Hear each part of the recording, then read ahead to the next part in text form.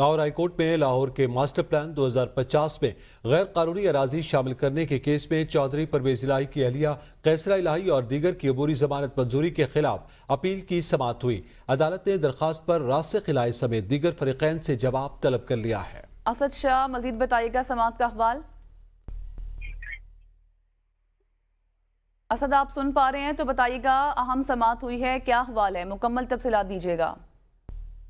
جی بالکل، Lahore high court کے master plan 2050 میں غیر قانونی اراضی شامل کرانے کے کیس میں سماعت ہوئی ہے۔ چودھری پرویز الہی کی اہلیہ کیسرا الہی و دیگر کی عبوری ضمانت منظوری کے خلاف اپیل میں عدالت نے درخواست پر راسخ الہی سمیت دیگر فریقین سے جواب طلب کر لیا۔ Justice Shakeel Ahmed additional prosecution کی درخواست پر سماعت کی گئی۔